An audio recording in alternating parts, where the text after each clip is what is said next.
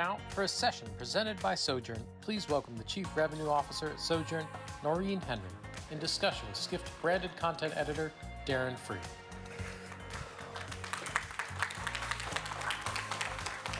Thanks. Noreen, you made it.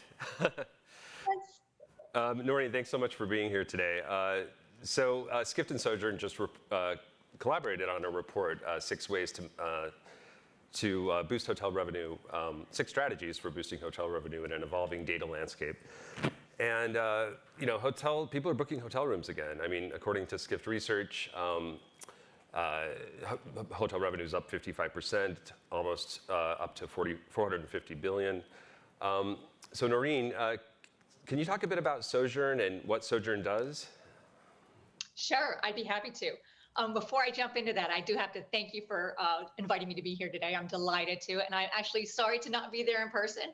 As a sign of business travel recovery, I'm actually in Omaha today at Sojourn's in-person global company-wide conference this week.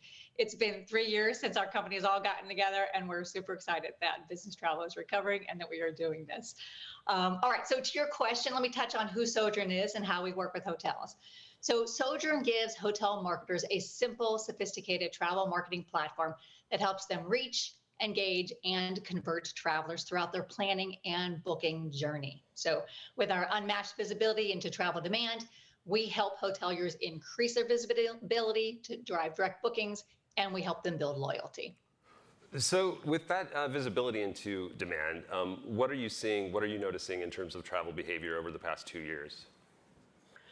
Sure. So the past 2 years of lockdowns and travel restrictions have really upended predictable booking patterns. So the whole idea that, people book for spring break in January or book for holiday travel in the fall has kind of gone out the window. Since the pandemic started at Sojourn, we're seeing a number of changes in traveler behavior that in turn are driving changes in how marketers attract these travelers. So let me explain. First, travelers have become more opportunistic. So they are extending their stays to combine business and leisure, and they're taking more last-minute trips. Second, lifestyles are evolving, which means as an industry, we should probably stop dividing everybody into leisure and business travelers. With the pandemic, of course, we saw this decline in business travel and rise in leisure. But now with work from anywhere trend, travel behavior is unpredictable. The historical planning around seasonal travel has changed. I don't know about you, but I know so many folks who are starting to plan their summer trips, and they're going to take month-long trips this time with the family, and they're just going to work from the beach or work from the mountains. Sojourn CEO Mark Raby has embraced this leisure type of trip with his family, and it works great for him. And of course, he's not alone. If you were paying attention to Airbnb and their Q1 earnings call, they reported that 21% of their gross nights booked were for stays of 28 days or more as they cater to this work from anywhere trend and accommodate digital nomads. Yeah, it's funny. I just returned from 10 days of my own leisure-filled bliss in Utah, so it's a very common trend. So knowing how behaviors are changing, how can hotels think more strategically to capture this new demand? Sure. So with this changing traveler behavior, hotels need to figure out how to attract consumers who want to do this blending of business and leisure. It includes basic tactics that you can think of offering promotions for extended stays, ensuring you have fast, reliable internet service throughout the property. But we're also seeing some more creative tactics, like hotels creating communal spaces for those digital nomads so that they don't feel so isolated. They're doing that in cafes or lobby breakouts or some other areas. And of course, the smart hoteliers are communicating this in their marketing message so that they can set their hotel apart from the competition and capture this new demand. Yeah, I mean, that hits on a major theme of the conference, of course, how everything is merging together. How should hotel marketing teams be thinking about this seismic shift? A strategy that many travel marketers are adopting is a flexible, always-on digital marketing strategy.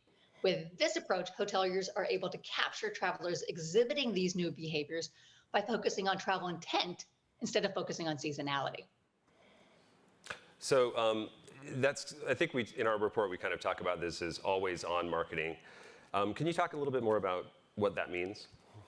Sure. Always on means that your marketing is ever present and your campaigns are always live. As previously discussed, with the changing lifestyle these days, people are now always traveling, even during low season. So as a hotel marketer, you're going to want to make sure that you can get in front of those consumers and capture that demand. You really can no longer afford to shut up your marketing campaigns. But instead, you need to be smarter about how you execute them. And so I think that entails two tactics. First tactic is to ensure you use the power of travel intent data. So instead of advertising only during certain windows to drive peak bookings, by leveraging travel intent and getting in front of those travelers, there's really no reason why you shouldn't be advertising in the low season. A second tactic, Darren, is to have a multi-channel approach so that your advertising is running across all the various digital channels that consumers are shopping on.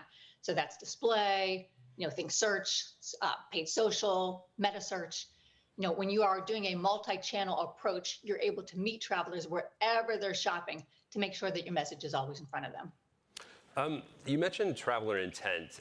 Can you give us an example of the way Sojourn is working with a hotel client to sort of focus on traveler intent to drive direct bookings? Sure. So, to understand that, let me back up a little bit and explain what Sojourn's data is. So at Sojourn, we work with thousands of global data partners that provide us with rich travel intent information. This includes real-time searching and booking information. Now, our partners are global airlines, they're hotel brands, they're regional players, and this rich travel data enables Sojourn to understand the destinations that travelers are shopping and booking, the dates that they're looking for, number of travelers, and other types of preferences.